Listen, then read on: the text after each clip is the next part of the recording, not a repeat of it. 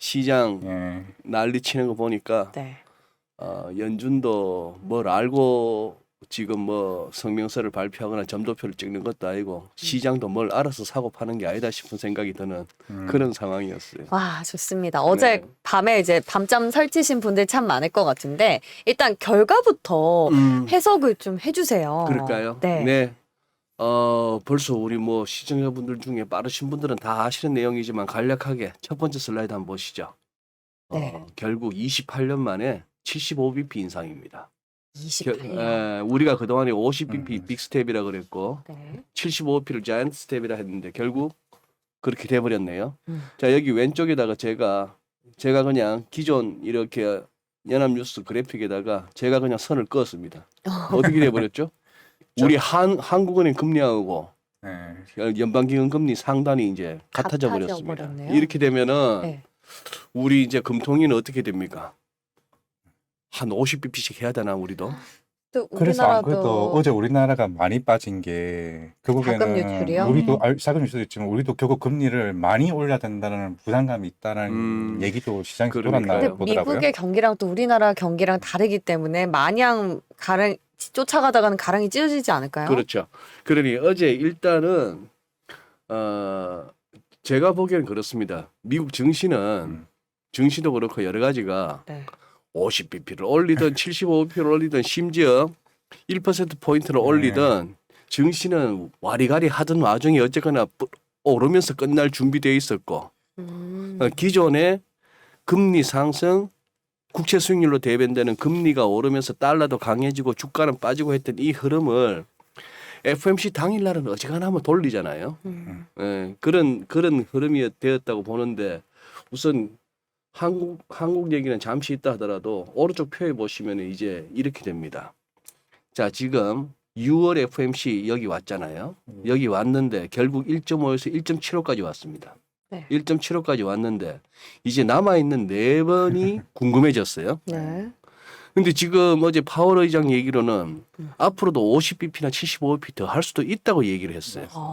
그런 상황이라서 일단은 저 나름대로 한번 이렇게 한번 상상을 해봅니다. 7월에 50bp, 이제 75bp는 좀 과하고 7월에 50bp 올리고 그 다음 한 번 더 50bp 올리고 해서 그 다음 25bp 하니까 결국 3.5까지 갑니다. 3.5까지 가고 그리고 이쪽은 FOMC 집중해야 되다 보니까 그거 합니다만 우리가 조심해야 될 것은 미국 얘기만 할 게 아니고 우리는 우리를 봐야 돼요. 이러다 보면 이게 결국 미국이 예를 들어서 하다못해 3% 근방까지 가려면은 우리도 3%는 가 있어야 됩니다. 그죠? 상식적으로. 그렇게 됐을 때 우리나라에 미치게 될 여러 가지 영향, 소위 말하는 가계부채, 무슨 부동산 등등이 이제 걱정이 되는 거죠. 예. 그런 거 하고 그다음 두 번째 슬라이드 보시면은 자 지금 이게 아래쪽에 보시면은 GDP를 같은 경우에 3월 달에 이렇게 금년에 2022년에 2.8% 성장, 내년에 2.2% 성장 이런 식으로 예측을 했다가 전망을 했다가 딱 6월 FOMC 와가지고 훅훅 떨어지죠. 네. 성장률은 떨어진다고 얘기했고 실업률은 또 올라갑니다. 안 좋은 거죠. 성장률은 낮게 수정하고 실업률은 올라가고 거기다가 인플레이션 전망한 거 보세요. PC 인플레이션 뭐 개인 소비 지출이라고 하죠. CPI보다 약간 뭐 몇 퍼센트 포인트 낮게 가는 지석인데 이게 4.3에서 5.2 뭐 이런 식입니다. 자, 금년은 오르고 내년은 또 살짝 애초 예상보다 낮죠. 이거는 무슨 근거로 그랬을까요? 아무 근거 없습니다. 그냥 희망이에요. 연준의 희망이에요. 이게 이번에 연준에서 같이 발표한 자료. 연준에 발표한 자료인데 네. 올해는 5.2% 정도 나올 것 같은데 내년은 이럴 것 같다 이런 겁니다. 코아도 마찬가지 이런 식인데. 근데 올해랑 내년이랑 지금 보면은 수치 차이가 좀 큰데. 네. 네. 그래서 뭐요 지영 아나운서님 제가 방금 말씀드렸잖아요. 네. 무슨 근거로 이렇게 그러니까요. 내려갔을까? 네.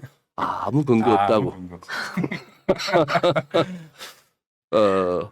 전통적으로 개인 투자자들의 주식 투자 전략 아시죠? Buy and hold. 그냥 사서 보유하는 거. 네. 그런데 거기에 또 뒤에 하나 더 붙어야 돼요. And pray. 기도하라. 더 빠지지 말아라. 기도매매. 기도매매. 예. 예, 뭐 그런 건데. 자, 여기서 또 하나 이렇게 보시죠. 연방기금리 연말에 3.4%를 갖다 보고 있는 거예요. 아까 이 슬라이드하고 거의 비슷하죠. 네. 한 3.4% 이렇게 이제 보고 있다는 얘기입니다. 3.4%를 보고 있는데 결국 여기서 한 가지 핵심 포인트는 말이죠. 네. 75bp를 올리니까 굉장히 연준이 매파적이다. 정말 인플레이션 때려잡겠다고 한번 작심을 했나 보다. 음. 백악관에 불려가더니만 뺨 맞았다는 소문도 들리던데 바이든한테 그런가? 뭐 이런 얘기도 들릴 정도입니다만 하나 뜯어보자면은 그냥 아무 말 대잔치입니다. 제가 아주 굉장히 폄하해서 말씀드리는데요. 네. 예를 들어서 이렇게 보시죠. 연말에 3.4%까지 연방기금리가 가고 연준의 예측대로 PC 인플레이션이 5.2%라면은 3.4에서 5.2를 빼면은 마이너스 1.8입니다. 그 마이너스 1.8은 뭐냐?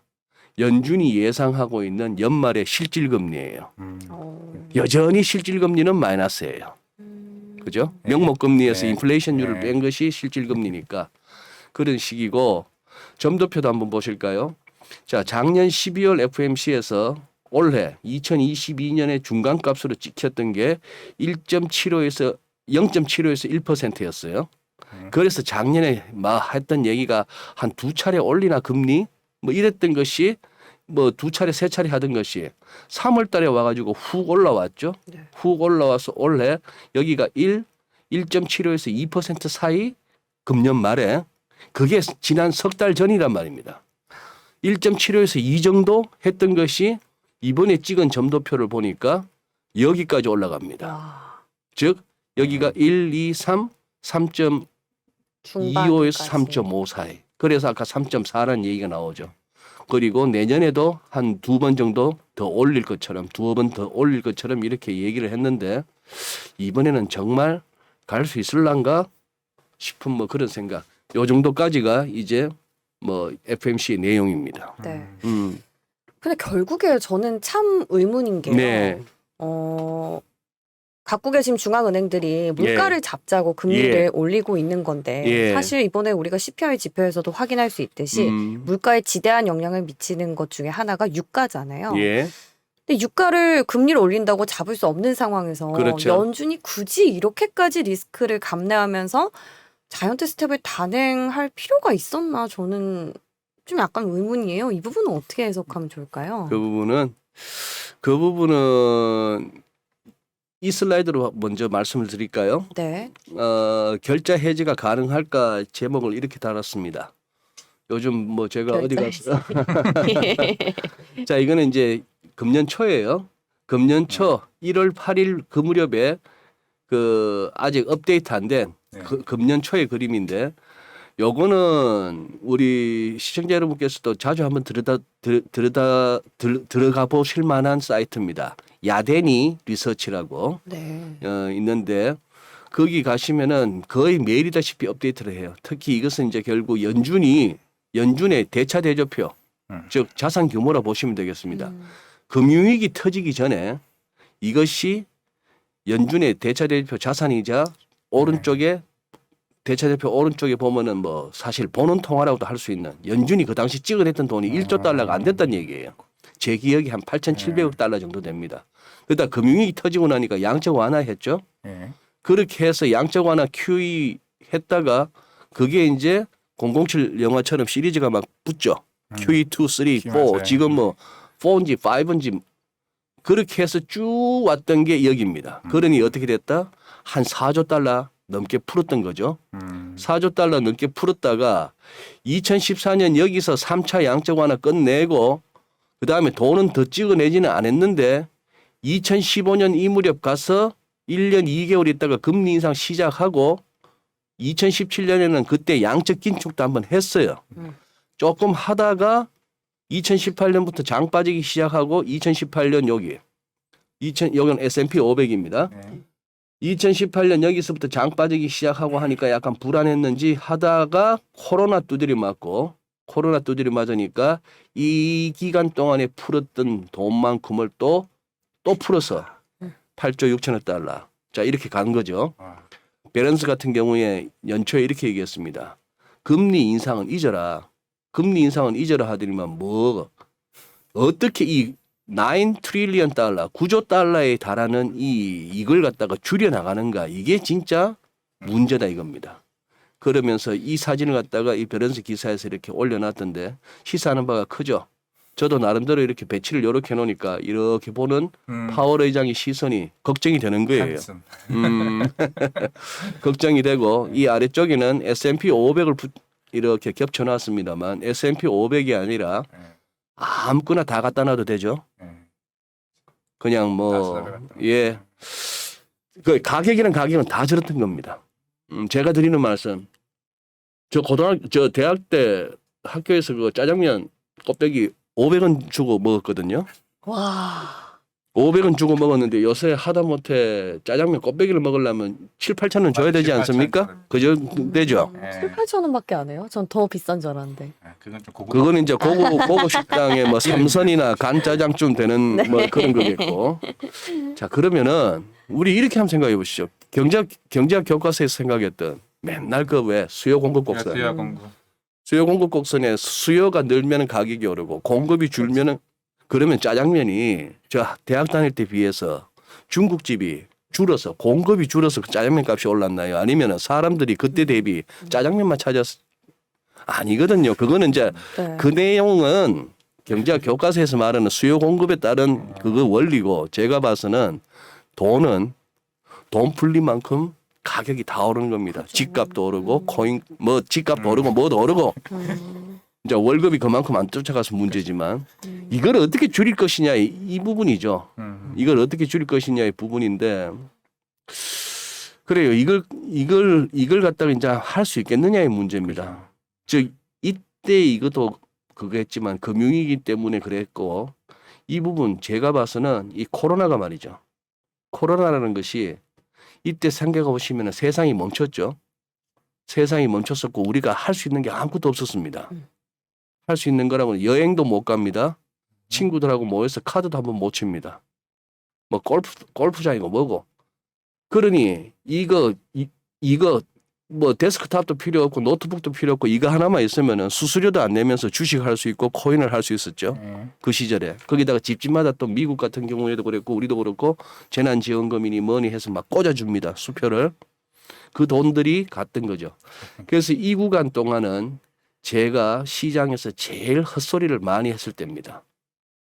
뿐만 아니라 제 주위에 뭐 대학 졸업하고 나서 뭐 증권사 들어가서 쭉쭉쭉 해서 지역 본부장도 하고 뭐 자산 운용 쪽에 뭐 CIO도 하고 했던 이 친구들이 다 이제 뭐 은퇴 무렵에 해서 개인적으로 주식하면서 이 2020년에 많이들 말아먹었더라고요. 왜? 배운 대로 경험한 대로 맞아요. 펀더멘털 따지고 기업 실적 따지고 했더니만 주식이 잘 될 것 같지가 않았는데 이때는 전 세계적으로 돈은 막 풀렸는데 그 돈이 갈 곳이라고는 주식, 시장. 코인 뭐 이런 데밖에 없었으니까 자산시장에. 쭉 올라갔던 것이죠. 네. 그렇게 했다가 지금 문제는 이걸 돌려 세우겠다는 거 아닙니까? 이제 양적 긴축에도 접어들고 금리도 올리기 시작하겠다 했으니 이게 돌아서겠다고 한다면은 그래서 시장은 벌써 여기가 1월 초인데 지금 반년 사이에 많이 내려왔죠. 이제 이 단계까지 와 있는 겁니다. 지금 이걸 갖다가 어디까지 뺄 수 있는가 하는 것이고 아마 이화진 과장 또 진행하시면서 그런 얘기 하셨을 거 아니에요? 연준이 심지어 네. 시장 올라가는 것 같다가 불편할지도 모른다 이런 얘기도 막 들리잖아요. 그죠? 인플레 잡으려면은 네. 막 그런 얘기도 들리니까 좀 어수선하게 됐습니다. 그래서 분명 어제 FMC 결과를 보고 나서 증시 반등하고 유가도 뭐 마침 앞서 말씀하신 대로 원유 재고도 늘고 해서 유가도 빠져주고 했습니다만 요게 이제 지속성이 문제예요. 그렇죠.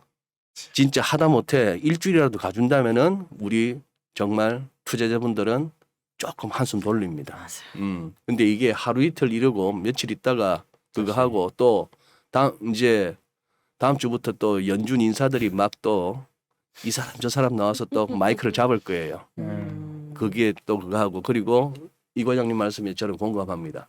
이제 또 바통을 유럽이 받네요. 유럽도 결국 못 견디고 금리 올려야 되는 상황이고 그렇게 되는 거죠. 거기다가 제일 못 믿어온 것은 저는 글로벌 정치 엘리트들입니다. 이 사람들이 네. 문제 해결할 수 있는 길이 있고 방법이 있는데도 불구하고 그걸 외면하는 거예요. 그걸 왜 그럴까? 그 사람들은 우리하고 DNA가 다릅니다.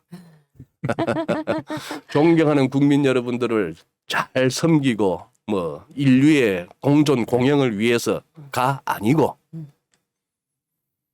그 사람들은 그 사람들만의 생각과 그 사람들만의 세상에 있는 것 같아요. 인플레 잡으려면 잡을 수 있고 유가 떨어뜨리려면 떨어뜨릴 수 있어요. 근데 그 길은 안 가는 것 같아요. 그게 이해가 계속해서 예. 그 사람들이 섬겨야 하는 국민들과 우리 일반 서민들이 예. 계속 힘든 가장 큰 이유일 겁니다. 그 얘기는 더 하기에는 부담스럽네요. 여러 가지 아마 이제, 시청자분들 예. 가운데서도 네. 요즘 세상이 좋아서 정식 언론에서는 볼 수 없는 그러나 유튜브를 통해서 많이들 접하실 수 있을 거예요. 세상 이렇게 돌아가는구나. 뭐 패권 전쟁 속에 여러 가지 이해관계 구도를 잠시나마 엿들어 볼 수 있었네요. 많이 자제하고 계세요. 저 유튜브입니다. 유튜브예요. 가감없이. 그래도 저도 아직 조금 이런 활동 조금은 더 해야 돼요. 그럼 네. 자주 뵈면 되겠네요, 선생님. 그리고 또 하나 이 말씀도 드릴게요. 네네. 확실히 이 친구들은 샤워실의 바보들이에요. 이거 한번 보실까요? 자, 이게 3월 21일입니다. 3월 21일 날 말하기를 파월이 인플레이션은 너무 높다 그랬죠. 네. 그리고 연준은 필요한 조치는 취하겠다 했습니다. 그래서 요즘 연준이 쓰는 그 레파토리가 이 신속하기잖아요. expeditiously. 그죠? 그래서 통화정책 스탠스를 갖다가 중립적 수준으로 돌리기 위해서 신속하게 했네요. 75bp 했고 한 차례 혹은 복수 회의에서 연방기 금리를 25bp. 그동안에 늘 우리는 뭐 금리를 내리든 올리든 0.25% 포인트씩 하는 게 과댕인 줄 알았는데 요거보다 조금 더 높게도 할 수도 있다라고 해서 그래서 나온 말이 빅스텝이었어요. 그러다가 이제 또 하나 더 뭐 한 단계 더 나간 75bp가 뭐였다? 자이언트 스텝. 메타버스 대장주였죠. 자이언트 스텝. 네. 자. 그러다가 5월 달에 FMC 하고 나서 그때 아까 이 과장님 지적하셨던 이거 75bp 금리 인상은 현재 적극적으로 고려하는 그것은 아니다 했어요. 선을 그었었죠. 그래서 75bp는 아닌 것처럼 얘기했어요. 그러나 또 이렇게 촉이 좋은 사람들은 그랬어요. 여기 조심해야 되는 거는 낫세만 방점을 찍지 말고 액티블리 지금 현재 적극적으로 고려하는 건 아니다.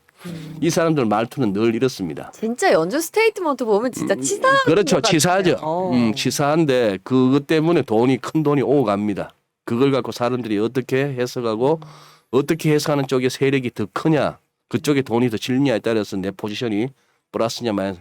인플레이션이 꺾이지는 않겠으나 하다못해 평탄화 쭉쭉쭉 올라가는 게 아니고 이렇게 평탄화할 수도 있겠다라고 했는데 이게 지난번 5월 CPI 나오면서 그 기대가 무산됐죠. 전월비도 그렇고 전년비도 그렇고 뭐야 이거 안 꺾이는데 하는 그런 상황이었고 그러고 이 형이 시장에 엄청난 노이즈를 갖다가 뿌렸죠.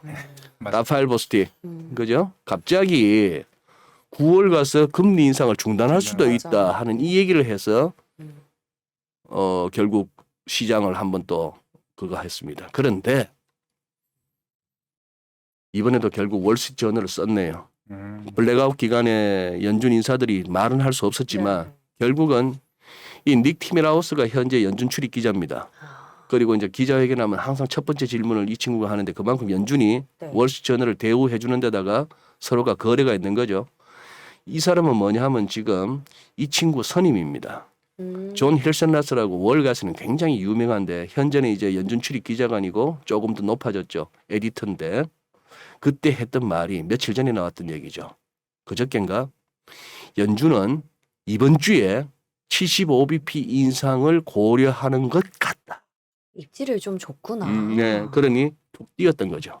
툭 뛰어가지고 그렇게 힐슨라스가 그렇게 중요하고 월스트저널에 이런 기사를 시장이 주목하는 이유는 연준은 흘려줬고 그걸 썼고 실제 연준이 힐슨라스 기자의 기사 내용대로 흘러갔던 전통이 있기 때문에 이번에도 이 친구의 이 기사는 시장에 영향을 줬던 거죠. 그래서 우리가 며칠 동안 그렇게 그걸 수직 낙하를 한 거죠. 그런데 이제 어제 75p 하니까 알고 있었어.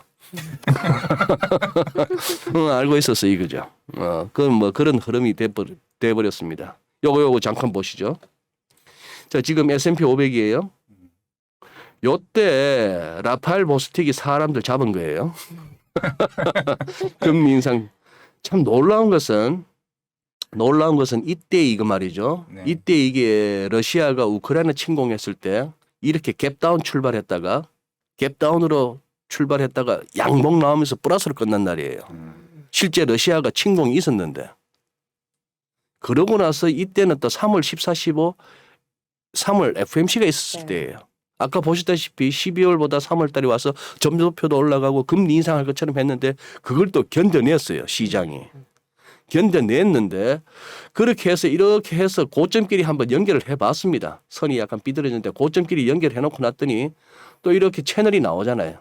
채널이 나오다 보니까 이번 여기서도 어쨌거나 이 채널 하단에 오니까 약간 과매도 국면에서 또 저가 매수가 들어왔던 거고 뭐 라파엘 보스틱이 9월 가면 금리 인상 중단할지도 모른다 했다가 여기서 버버벅 대들가 그냥 이 번지 점프대에서 그냥 빵빵빵 떨어진 거죠. 자, 이제 관건은 뭐냐? 이 이탈한 네. 채널 안으로 다시 들어갈 수 있느냐? 이만큼 5일 이평선이 20일 이평선을 이만큼 벌어지는 이 정도의 이격이 벌어지면 이건 시장은 기술적 반등은 나와야죠. 그죠? 나오면서 어디까지 가주느냐? 이 갭 메우고 그다음에 이 갭도 메울 수 있느냐? 궁금해집니다. 이제 그 장이 오는 거죠. 그렇게 해서 이 안에 들어가는 거고 그다음에 나스닥도 보시면은 지금 이렇게 왔는데 여기서 이 종가를 갖다가 26일 뒤로 옮겨 놓은 게 후행 스팬이죠. 후행 스팬이 이걸 가격대를 뚫고 올라오려고 하기에는 지금부터 반등은 어느 정도 나올 수 있습니다, 여러분. 반등은 어느 정도 나올 수 있으나 우리가 벌써 심리적으로도 그렇고 돌아가는 꼴이 그렇고 기술적으로도 그렇고 이 반등은 굉장히 험난할 겁니다. 이 정도 과매도 국면이면은 한번 저가 매수 들어갈 만합니다. 그러나 지금의 추세는 여전히 약세예요. 모든 것이 이평선 자체가 이렇게 그러네요. 이평선 자체가 역배열이고 일목균형표를 보더라도 후행 스팬은 벌써 가격대 아래에서 놀고 있고 구름대가 저 위에 받치고 있고 이걸 기준선을 가고 전환선을 뚫고 해도 구름대 가면 또 부딪힐 것 같고 이런 상황이 된 그런 상황입니다. 그런 상황이고 무엇보다도 또 이것도 하나 염두에 두시죠. 네네. 반등은 있습니다. 네. 반등은 있는데 그 반등에 너무 환호하지 마시란 얘기예요. 지금 현 상황에서 5개월 이평선이 월간 차트에 20개월 이평선을 물고 내려와 버렸죠. 물고 내려왔고 가격은 또 이까지 내려왔는데 과거에 그러면은 이 월간 차트에서 5MA가 20MA, MA는 무빙 에버리지입니다. 그걸 물고 내려가는 경우는 닷컴 버블 붕괴 때와 2008년 금융위기 때입니다. 이때도 살짝 물고 내려가나 싶었지만 금방 회복됐어요. 네. 자, 그러면 지금 이거는 이때 닷컴 버블 붕괴 때와 금융위기급의 버블이냐 이거죠. 이거 버블인 건 다 아시죠? 그죠. 네. 금융위기도 뭔가 문제가 있었죠. 서프라임이니 뭐니 해서 지금 이거는 저는 그냥 코로나 랠리라고 얘기 안 하고 저는 요즘 코로나 버블이라고 얘기합니다. 코로나 버블이라고 얘기하는데 이 버블이 터졌는데 과연 이 닷컴 버블 때나 금융위기 때처럼 이 역대급 버블 붕괴로 가느냐 그게 궁금한 거죠. 이 MACD의 위치나 RSI 위치는 사실 닷컴 버블 때보다도 더 이번에 과열됐음을 보여줍니다. 그래서 반등은 나오는데 이 반등은 어쨌거나 험난할 것이다. 예, 탈출의 기회를 좀 삼으셔야겠다는 것이 오늘 드리고 싶은 메시지입니다. 나 탈출이 자, 잘못 섭외하셨죠. 아니. 저는 예상했습니다. 사장님이 약간 그거 어떤지 알고 있어가지고. 저도 사실 비슷한 저도 그런 생각을 항상 가지고 있어가지고 그래요? 사실 저도 주변 사람한테 욕을 네. 많이 먹어요. 음. 전화가 오는 거예요. 사실은 뭐 그렇게 세게 얘기하지 마라. 이렇게. 아니 그냥 제 생각이 그렇다고. 그렇게 해서 정권사 근무를 어떻게 하죠? 저욕 먹으면서 그냥 그러고 하고 있습니다. 그럼 이제 여기 어디죠? 여기 GFM 투자연구소로 가시는 거죠?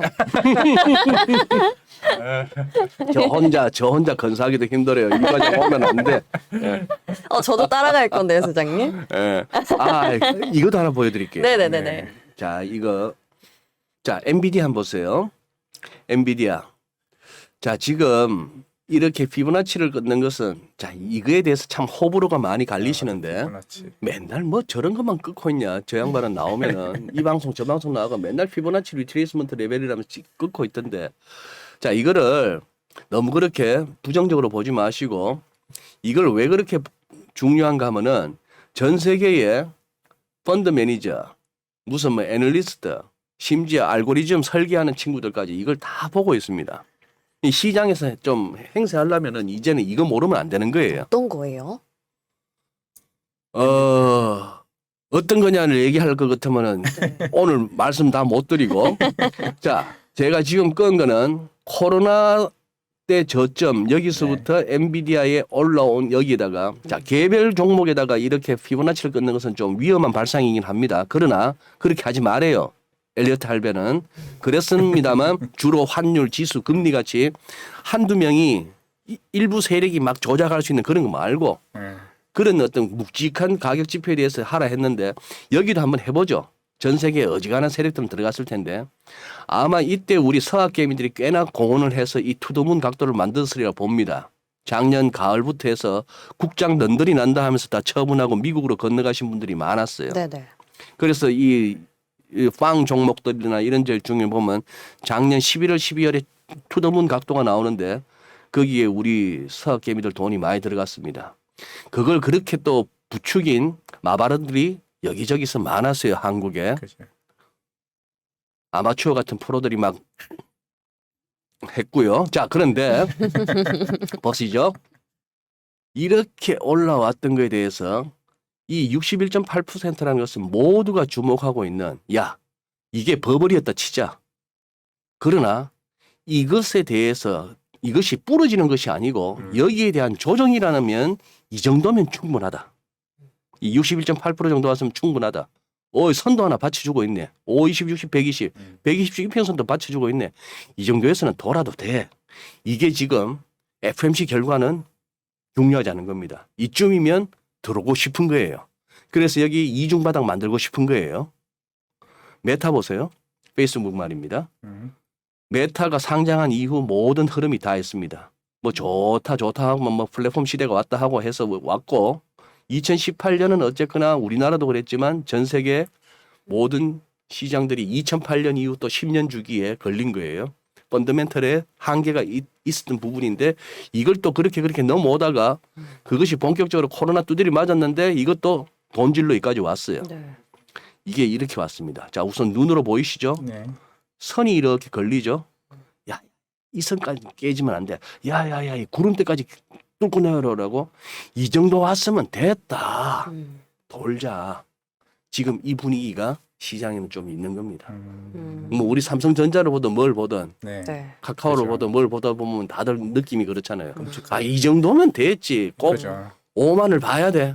뭐 이런 거죠. 네. 그러니까 지금 뭐 지나칠 정도로 과매도다, 뭐 패닉셀이다 이런 말씀들 많이 하시잖아요. 그만큼 일시적인 그러면 기술적인 반등은 들어오겠지만 앞서서 이제 S&P 500 차트 봤을 때처럼 추세 자체가 하방으로 가고 있기 때문에 그 반등이 좀 어려울 것이다 이렇게 저 말고 진단하신 상방론자를 오늘 이렇게 초대하셔서 들으셨더라면은 네. 여러분 이제 고생 끝났습니다. 불확실성 제거되었습니다. 예. 이제 연준이 앞으로 어떻게 할지 대충 감 잡았습니다. 뭐 그런 상황인데 그러나 저기에도 시장은 돌아서고 있습니다. 아직 돈 많습니다. 더 빠지길 기다리던 사람들 이제 더 안 기다리고 들어올 겁니다. 네. 그렇게 얘기를 하고 할 거고 상방론자들은 또 그렇게 해서 나름대로 논리를 펼칠 거예요. 그렇지만 저 같은 극악무도한 곰들은 와가지고 올라는 갈 겁니다만 탈출 기회로 삼으세요 이러고 있습니다. 네. 그래서 시장이 서는 거예요. 죄다 오른다는 사람이 있으면 누가 팝니까? 죄다 빠진다 하면은 누가 사요? 오를 것 같은 사람하고 내릴 것 같은 사람이 부딪히는데 그동안에는 오를 것 같다는 사람이 숫자도 많았고 돈도 많았어요. 지금은 최근 우리가 봤던 이번 보면 아닌 것 같아, 나 좀 늦은 것 같아 하면서 이렇게 했던 것이고. 그러니까 그 차트가 시장 심리를 그렇죠. 그대로 보여주는 반증이네요. 어떻게 그렇죠. 보면. 예, 그래서 저는 요즘 이거 몇 군데 가서 말씀드립니다. 네. 자, 이 장폴 로드리고 교수의 그 유명한 버블 맵인데요. 버블이라는 것이 어떻게 만들어지느냐 하는 그겁니다. 여기 보시면은 이 스마트 머니들이 움직여요. 요걸 갖다가 뭐라고 얘기합니까? 스텔스 구간이라고 합니다. 스텔스 비행기가 뭐죠? 소리도 안 나고 레이더에도 안 잡히죠. 얘들은 벌써 이때 매집을 해요. 그러고 나서 이제 awareness phase니까 이제 조금씩 이제 알려지는 단계죠. 이때는 기관 투자자들이 이제 들어옵니다. 들어와 가지고 또 오를 수밖에 네네. 사는 세력들이 들어왔으니까 여기서 첫 번째 매도가 나와요. 아마 차익 실현일 거예요. 그러면 이렇게 빠지면 야 글쎄 이게 뭔데 그렇죠. 옛날에 테슬라를 생각해 보시죠. 차도 한 대 못 만드는 테슬라가 이게 뭔 주가가 벌써 여기까지 와 이러면서 팔면은 그래 여기다가 막 공배도 치는 세력들도 나오고 막 그럴 거예요. 그러나 이 친구들이 이 베어들이 함정에 빠진 겁니다. 그래서 휙 이 친구들이 또 손절 매수 막 나오고 이래요. 이쯤 되면 이제 매니아 페이즈라서 이제 매니아들이 속출해요. 테슬람들이 나오는 거고 셀바들이 나오는 거 하는 그런 단계예요. 미디어에서 즉 언론에서 보도가 되기 시작하고 enthusiasm 어떤 열정이 막 여기는 퍼블릭이니까 모든 사람들이 다 들어오는 겁니다. 탐욕의 단계를 거쳐서 딜루전 약간 환각 상태예요. 그 꼭지에다가 이 로드리고 교수는 꼭지에다가 뉴 패러다임이라고 거기다 느낌표 3개 새로운 패러다임의 시대가 왔어. 새 세상이 열렸어 이렇게 얘기합니다. 그러고 나서 이제 빠지면은 사람들이 현실 부정을 합니다. 그러다 반등이 나와요. 반등이 나오면 그래 이제 다시 정상으로 돌아가 하는데 이게 아니에요. 이거는 황소 때려잡는 불트랩이에요. 그러고 나서 공포가 오고 그 다음에 이 단어가 요즘 외신에서 자주 보입니다. 커피출레이션 항복하는 단계. 항복 단계를 끝나고 나면은 디스페어 절망이 와요. 이 절망 단계는 뭐냐 하면 이런저런 종목 토론방이나 채팅창에서 한강 정모하자 이런 말이 보일 때가 이제 디스페어입니다. 그리고 심지어 공영방송 8시 뉴스, 9시 뉴스에서까지 시장 얘기를 하면 시장 얘기하면서 큰일 났습니다. 뭐 이럴 때가 이제 디스페어예요. 그런데 뉴 패러다임 한번 보실래요? 늘 뉴 패러다임이었어요. 2000년 닷컴 버블 때도 신경자라 그랬어요. 그래서 엄청났어요. 그때 기억하실 겁니다. 올드 제너레이션 세럼 기술 전화해가지고 국제 전화를 해서 광고만 한 2, 30초 들어주면은 무료로 통화해 하는 그거 세럼 기술. 예, 세럼 기술. 한 300만 원 갔어요. 회사가 없어졌어요. 자 그렇게만 볼 것이 아니라 그랬기 때문에 애플이 생겼고 아마존이 생겼어요. 인정. 즉 뉴 패러다임은 있습니다. 뉴 패러다임은 있는데 그 뉴 패러다임이 실체가 있고 정말 사회에 기여를 하고 돈을 벌 수 있는 것들은 성장해요. 그런데 뉴 패러다임에 하긴 했는데 아무것도 없던 것들은 다 사라졌어요. 늘 그랬어요. 역사적으로. 예를 들어 이런 거죠. 75bp 인상이에요. 이 종목은 75bp 인상이에요. 50bp 인상이가 75bp 인상. 작년 3, 4분기 때 자이언트 스텝이요. 작년 3, 4분기 때 메타버스 대장주라고 검색하면 제일 먼저 나오는 종목. 그렇죠. 자, 이 회사는 이제 증명해야 됩니다. 이때 이것이 헛방이 아니었다. 허상이 아니었다라면은 진정 메타버스와 관련한 기술과 수익 모델을 보여줘야만이 회복할 거예요. 아니었으면 그냥 허당이었던 겁니다. 허당이었던 것이니까 그러니 지금 이게 왔느냐 안 왔느냐를 갖다가 지금 시장은 계속 이 얘기를 하고 있는 거예요. 그렇군요. 외신에서는. S&P 500이 그저께만 하더라도 베어마켓 고점 대비 20% 이상 빠졌으니까 약세장 진입을 한 가운데 이 디스페어 절망과 이 커피출레이션 항복 단계가 다음 기다리고 있다. 이런 얘기가 마켓워치 기사입니다. 우리 국내 기사에서 나오잖아요. 주가 항복 조짐 나왔다 이런 표현. 그런데 이게 모든 시장에 NFT 쪽에서도 커피큘레이션. 뭔 소리? 저는 이 크립토드가 뭔지는 몰라요. 모르겠는데 기사 내용이 그거예요. 이걸 이더리움 300개 주고 샀다가 6.9 이더리움에 되팔았으니까 이건 항복이죠. 지금 모든 꺼지고. 지금 이제 그나마 이것 때문에 비트코인 시장도 지금 한숨 돌렸어요. 비트코인 2만 불 깨지면 어떤 일이 벌어질지 굉장히 걱정됩니다. 저도 제일 걱정되는 게 거기에 단순히 비트코인 2만 불이 문제가 아니고 요만한 그 비트코인 시총 뭐 있겠는데 여기에 온갖 파생들이 맞아요. 파생이 또 파생을 낳고 해가지고 네. 이 돈들이 어떻게 될지 어마어마하지. 궁금해요. 이게 이제 금융위기까지 나올 수도 있을 것 같아요. 음? 빅테크나 빅테크처럼 그래. 빅테크에 투자하는 뭐 마진콜 마진처럼 네, 파생되어서 네. 그래서 지금 이제 그나마 덩달아 이제 반등 시도는 하고 있는데 이 시장도 잘 버텨야 되는 거죠. 그래서 지금 다들 마지막 이걸 한번 보고 가셔야겠네. 우리 중구 형. 중구 형이 살려는 드릴 게 지금 잘해야 되는 거예요. 네. 그러니 지금 여기서 네. 우리 얼마 전에만 해도 들렸던 얘기 ELS 네. 낙인 터치될 수 있다. 뭐 항생 쪽에 이런 얘기처럼 비트코인에서도 여기서 더 밀렸더라면 어떤 상황이 벌어졌을지 모르는 그런 상황이죠. 그런 상황이고 요것도 보시고 우리 김광규 선생님이 자꾸 떠올라요. 지금 이 선생님이 뭐라 하세요 지금? 이 돈줄 째면 니 견딜 수 있느냐 이거예요. 시장 보고. 가상화폐 시장을 보고는 그러는 거예요. 한참 잘 나갈 때는 했지요. 디지털 금이고 인플레이션 해지 수단으로 이 코인만한 게 없다 했는데 네가 인플레이션 해지 수단이라며. 지금 인플레이션이 뭐 41년 만에 최고치인데 니는 왜 자빠지는데 하면서 기샤대기 맞는 거예요. 우리 동수가 마지막에 했던 대사가 그거 아니에요. 고마해라 많이 묻다 아이가 아닙니까? 그런 상황이고 시간이 없길래 준비한 내용 이거 다 할게요. 이거 보세요. 자 우리 코스피 저건 뭐지? 웬 또 부채살 타법이지? 그냥 뭐 이해하려고 드시지 마시고 네. 이쪽은 기술적 분석은 호불호가 갈리고 하기 때문에 네. 그냥 기술적으로는 여러 가지 접근합니다. 그런데 기술적 분석을 너무 이렇게 무시하지 마십시오. 이것이 월가에서는 거의 기본적 이른바 펀더멘털 분석과 기술적 분석은 거의 쌍두마차. 쌍두마차예요. 맞아요. 술의 양축이라고 할 만큼 이것저것 따지고 분석한 다음에 언제 들어가고 언제 나올까 진입과 청산을 결정하는 마지막 단계는 전부 이 기술적으로 접근합니다.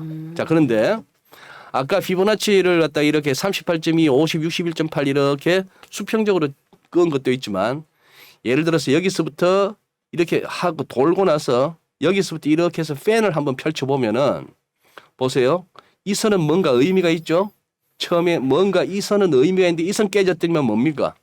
이 선까지 수직 낙하다가 여기서 탁 반등 나오다가 이 선 깨지니까 그 다음 하죠? 맞아요. 지금은 요 선이 깨진 겁니다. 2,500이 깨지면서 그러면은 그나마 숨쉴 만한 거는 기술적으로 우리가 볼 수 있는 거는 그렇다고 이만큼 떨어지는 게 아니고 그래 봐야 요 안에서 놓을 것이다. 단기적으로는. 그런 어떤 기대감은 가질 수 있어요. 기대감은 가질 수 있는데 너무 이번에 나오는 반등에 큰 기대를 걸지 마십시오. 왜? 이거 보시면 느낌이 올 겁니다. 2020년 우리가 3월 19일 날 코로나 저점 찍었거든요. 네, 맞아요. 그러면 3월 20일부터 제가 어제까지 우리 거래소에서 외국인, 개인, 기관 이 뒤로는 기관을 갖다가 예를 들어서 증권 선물 뭐 보험 이렇게 나눈 거예요. 네, 네. 뒤에 가면 연기금도 있고. 네. 자 그렇게 했는데 지금 이 지수가 이렇게 3월 20일부터 해서 지수가 이렇게 왔습니다. 그 와중에 기관은 계속 누적으로 이만큼 팔았다는 얘기고 외국인도 이만큼 팔았다는 얘기예요. 그런 식인데 그러면 개인은 어디 갔어? 개인은 이 위로 가고 있겠죠. 매수니까 네. 안 보이는데 숫자 보세요. 그동안에 외국인이 52조 정도 팔고 기관은 64조 넘게 팔았어요. 그러니까 팬데믹부터 지금까지 말씀이시죠? 2020년 팬데믹 와서 네. 저점 찍었던 1439포인트까지 갔던 그때 이후 이제 장이 돌았으니까 네. 그 장을 갖다가 이른바 동학개미들이 바쳤다고 얘기하잖아요. 네. 이 동학개미가 116조를 사서 이걸 다 받아낸 겁니다. 116조. 코스닥은 같은 논리로 외국인 3조 4천억, 기관은 16조, 여기다가 기타 법인이 눈에 들어죠. 이거는 거의 뭐 자사주 매입 이런 식으로 이제 해석하라는 얘기인데 이 얘기는 결국 대주주들은 아이고 우리 회사를 이렇게나 좋게 봐줘. 우리 회사 주가가 이렇게나 높게 쳐줘. 아, 땡큐 고자이마스 하면서 아. 지금 털고 나온 거예요. 그게 한 11조가 넘는다는 얘기입니다. 아유 야씨 우리 회사 지금 마이너스인데 그러니까. 영업이익 당기순이익은 그런데 뭐 아이 고맙습니다 하고 털고 나온 거죠. 예. 그런 식의 기타 법인입니다. 이걸 또 30조. 그러면 얼마? 116조에다가 146조, 147조.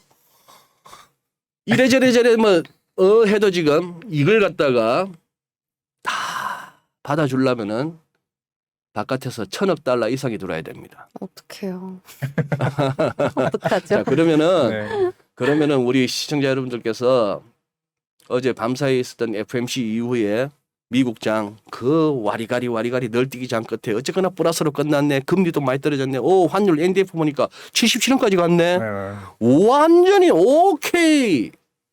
그냥 아까 중구형을 떠올리십시오. 살려는 드릴게요. 네. 지금은 그 살려는 드릴 게 단계입니다. 고요한 분위기. 네. 음.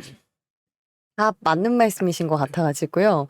지금 잠깐 머리가 멈췄습니다. 그럼 이제 어떻게 해야 될지. 우리가 예. 우리가 그동안 뭐 해왔는지 한번 생각해 보시죠.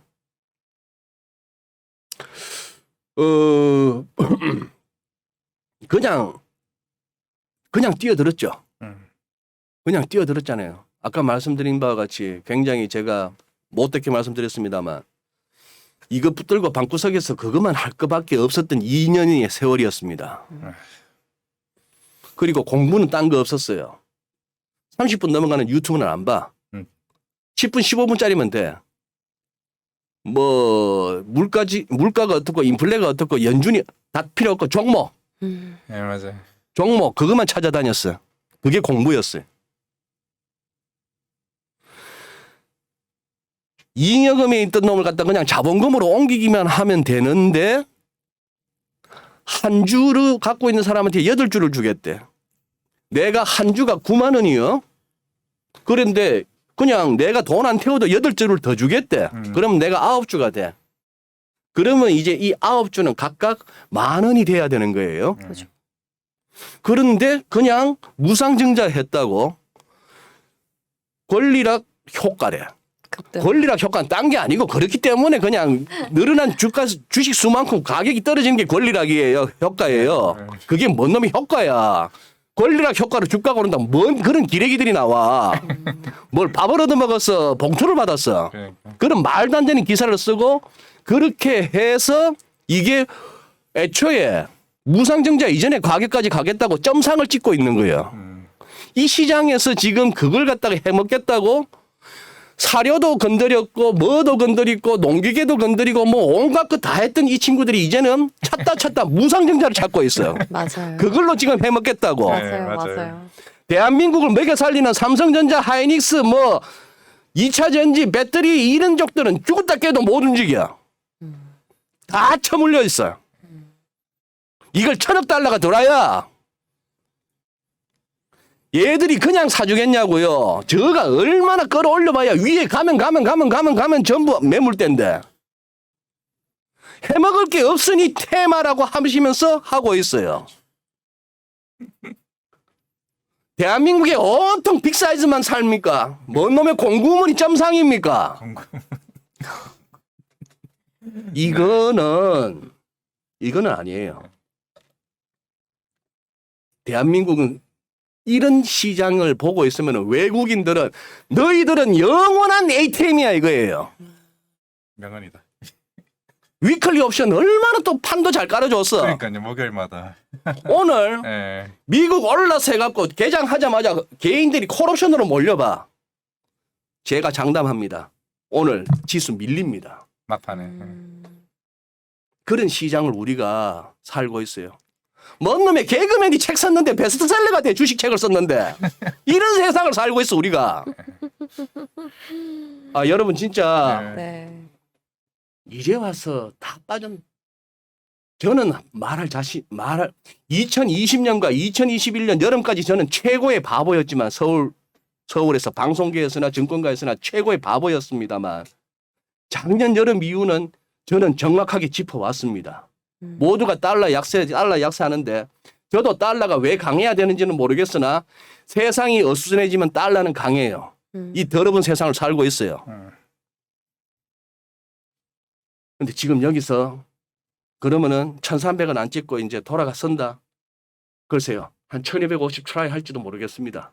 1,250 정도 트라이 할지는 모르겠으나 우리도 지금 얼마 만에 무역 수지와 경상 수지가 슬쩍슬쩍 적자 조짐이 보입니다. 맞아요. 예, 네. 이런 상황이기 때문에 아직 여러분들 정신 바짝 차리셔야 됩니다. 올해는 이민년이라고 하죠. 호랑이 해죠. 네. 우리 지금 호랑이 등에 탄 거예요. 정신줄 놓으면 정말 실려갑니다. 야, 지금 댓글에서 장난이 아닙니다. 소장님 말씀 명심보감이에요. 뭐 뼈를 때린다. 아니, 속이 시원하다. 계속 모셔주시라. 정말. 네, 와. 제가 책임지고 한 달에 한 번은 무조건 소장님을 끌고 와야 될 것 같습니다. 아, 그러면은 과장님이 한 달에 한 번, 제가 한 달에 한 번, 한 달에 두 번 뵐 수 있겠네요, 소장님. 아이고. 네. 저희 보약이 필요하니까요. 네. 종종 오셔가지고 우리 시청자분들께 또 보약 같은 말씀을 주시길 고대를 해보겠습니다. 오늘 또 비도 오고 또 여러 가지 또 바쁘셨을 텐데 그 와중에 이렇게까지 귀한 자료를 주시고 또 말씀까지 주셔서 너무너무 고맙습니다, 소장님. 예. 오늘 말씀 고맙습니다. 네, 감사합니다. 네.